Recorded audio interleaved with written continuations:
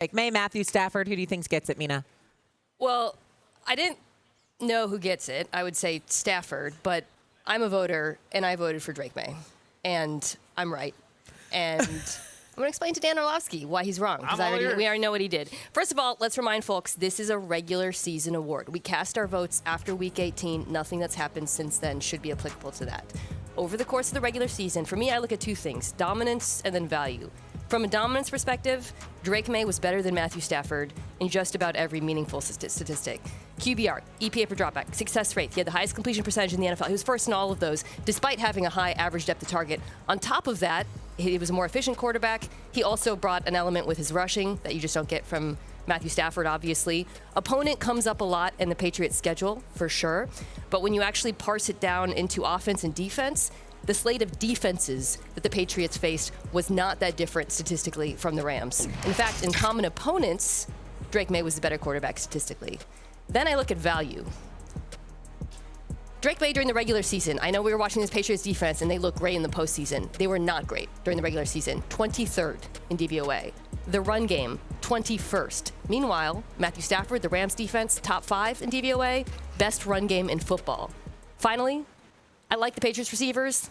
They ain't Puka Nacua.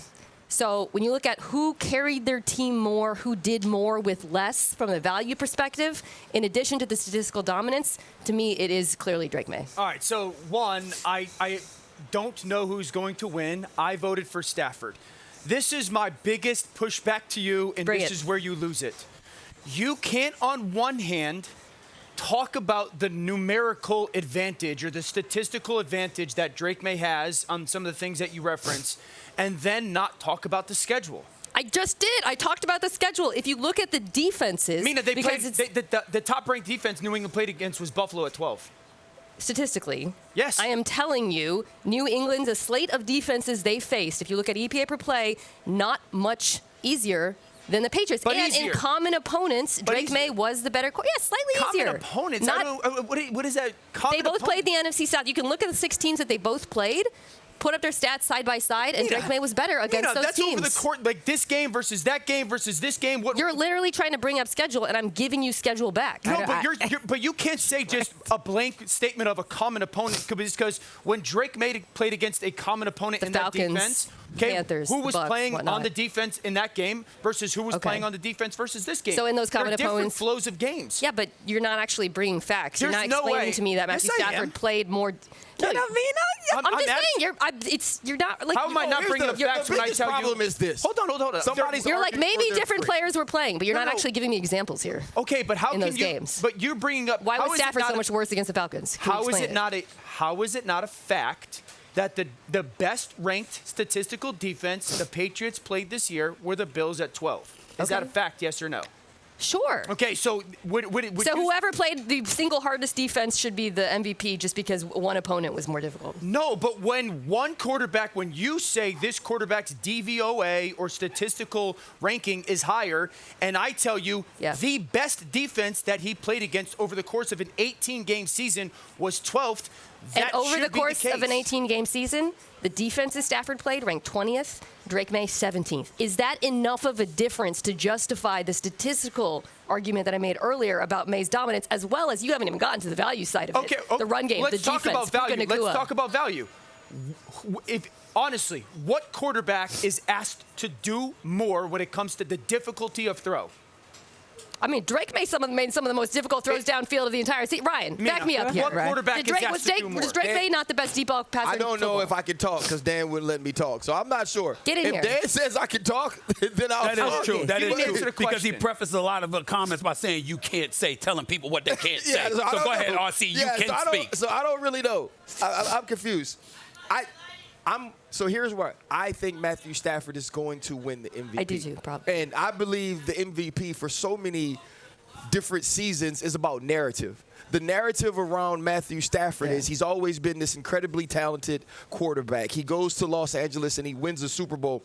And this is probably one of the better seasons we've seen from a 37-year-old quarterback. And I can only think about Aaron Rodgers, and I can only think about Peyton Manning, who were playing at that level along with Tom Brady at this age. So all those things go into it. When I think about value to the team, Drake Maye's value to the team, to me, is higher because offensively, his team isn't as skilled. Offensively, his team can't boost him the way that Matthew Stafford can be boosted. And let's be honest, a ton of these touchdowns from Matthew Stafford in the red zone were run-pass options or pass-run options that he watched Davante Adams win on. And the hardest part about these conversations is both these dudes are worthy of votes. Oh, yes. Both of these dudes Two spectacular played seasons. the two best seasons at the quarterback position. It just shows you how special ESPN is because we can bring you NFL Live in the morning on first take. All two shows all rolled up into one. But nobody can do that like us. That's number one. Number two, as the least qualified individual on this set to tell you what I feel about this particular subject, I'm going to tell it to you anyway. If I had a vote, it would have been for Matthew Stafford, not taking anything away from what Mina highlighted about the year that Drake Maye has had. But I love the fact that RC brought up narrative because as an NBA guy, a lot of times the narrative rules the day. There were years Michael Jordan deserved the MVP. He didn't get it. All right, there's at least one year Shaq deserved, several years actually, Shaq deserved the MVP. Yeah. He didn't get it, okay? These are the kind of things. LeBron has deserved the MVP. He didn't get it. Kobe has. Yeah. He didn't get it, okay? When you look at Matthew Stafford, 46 touchdowns, 15 more touchdown passes than Drake Maye, I can't ignore that. 4,700 yards passing, I can't ignore that. Puka Nacua only missed pretty much a game. Davante Adams missed 3 games. We got to remember that Matthew Stafford came into the season. There was speculation that he was going to miss the early part before that didn't happen because of his back injury. He goes out there. Not only does he play, he plays lights out. We see a Seattle defense that was ranked number 1, but somehow, some way, when they went up against that brother, he drops 37 one game without Davante Adams, drops 27 another in an NFC Championship game. Whatever moments there were, when you looked at the Los Angeles Rams, it was defense or special teams. It wasn't because of their offense a lot of times that when they struggled, it wasn't because of their offense. So I'm looking at this guy, relatively a stationary target, at age 37, with back issues that went out on the football field. Number 1 in points scored, number 1 in yards, number 1 passing attack in the National Football League. And it was all because of him. No, but it's not all because of him. Well, no offense is because of No, good but offense. some You know are what I more so mean? than others. That's what Ryan and I were saying. The Rams had the best run game in football this year, guys. Listen. The best. Williams ran for 1,252 yards, if I remember correctly. The point is, again, when you've got a cat like Matthew Stafford throwing you the football, it's not just about your running game helping your passing game. It's also about your passing game helping your running game. Sure. Because this brother can throw the football like that, too. So let's not forget that. He's special. And I'm just looking at it from that standpoint. I actually thought they was going to be in the Super Bowl because of this man right there. They should have been. They should have been. So let me ask this question. I know it's a regular season award. That's what I'm saying. If it was a postseason award, I would be making a totally different argument. So let's pretend like we can include the postseason here. I know we can't. We're changing the rules. Would you still say Drake Maye should win the MVP? If we were including the postseason, no. But as a voter, I have to be very adhere to what we're voting on. I also I understand what y'all are saying about narratives, and I honestly think that's a big part of why Matthew Stafford is going to win. And I'm not against it. He was spectacular this season. But for me, the way I approach these votes is I don't think about narratives. I don't think about storylines. I don't think about career achievement. I'm focusing on one season, who was better, who did more with what was given to them. Do you have a Hall of Fame? Do you have a Hall of Fame vote? I don't. They need you. They need you. I don't. Well, go ahead. The way I vote really off of just tape, like what quarterback, the way they're playing, what they're asked to do, who they're doing it with versus who they're doing it against. Matthew Stafford versus top 10 defenses this year, 13 touchdowns, 1 interception, a QBR of 75.8. The 14 playoff teams. That was the toughest schedule out of anybody that made the playoffs this year. It's the 5th toughest schedule of anybody since 1970. Yeah. New England, since 1970, it's the easiest schedule. But that's you're doing both sides of the ball. Isolated Correct. its defenses. Matthew Stafford, 46 touchdowns, 8 interceptions, 23 sacks.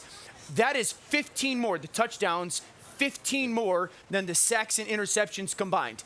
Everybody who's done that number, 15 or more, has won the MVP. Aaron Rodgers, Peyton Manning, Dan Marino. There's no way that you can watch both of those young men play, not young men. Drake had a great season. and say Drake was asked to do the same stuff from a pass game perspective Matthew was, and make the same throws. I think that's the point, though, of why before I started, and I think Mina did as well, we said we expect that Matthew Stafford is going to win because many of those things that you're saying are true. We're just talking about the value to the team, and I think the way that Drake Maye played, the way it elevated a roster to where his team ended the season as opposed to Matthew Stafford, I think there's a difference in what they did within those They also won their division, unlike the Drake Maye could join Kurt Warner as the only players to win MVP in a Super Bowl within the first 2 seasons in the NFL. By the way, Matthew Stafford against the Blitz this year, 32 touchdowns, 1 interception.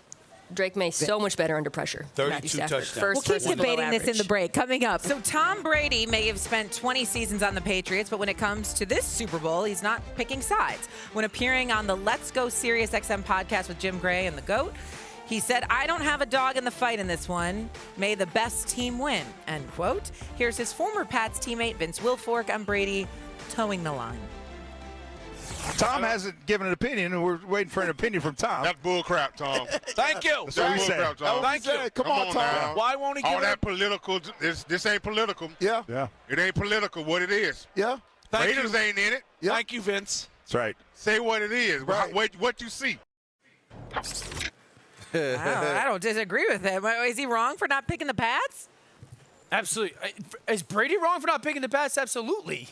He's the face of the franchise for the last 20 years. Here's why he's wrong to me. I always say I'm not loyal to buildings. I'm loyal to people. Yeah. Robert Kraft is still there. Mike Vrabel, who was his teammate, is the head coach. You should absolutely want the best for those people who had parts on pouring in on the greatest career of quarterbacks ever had. Now, if those people leave, you don't have to cheer for the Patriots anymore. Like, I'm about who is still there, who is still working, and what will it mean to them. Absolutely, Brady is wrong for not supporting them and saying it publicly. He ain't calling this game. I don't think it's a big deal. I think he should have said it's the Patriots. Don't get me wrong. Y'all are not wrong. I just don't think it's that big of a deal. And keep in mind, those people were there when Bill Belichick didn't mind pushing them out the door. Robert Kraft kept them there for a few more years. But if Robert Kraft, as Robert Kraft has said, if Bill Belichick had wanted him to stay, he would have ended up staying. So he really didn't want to leave.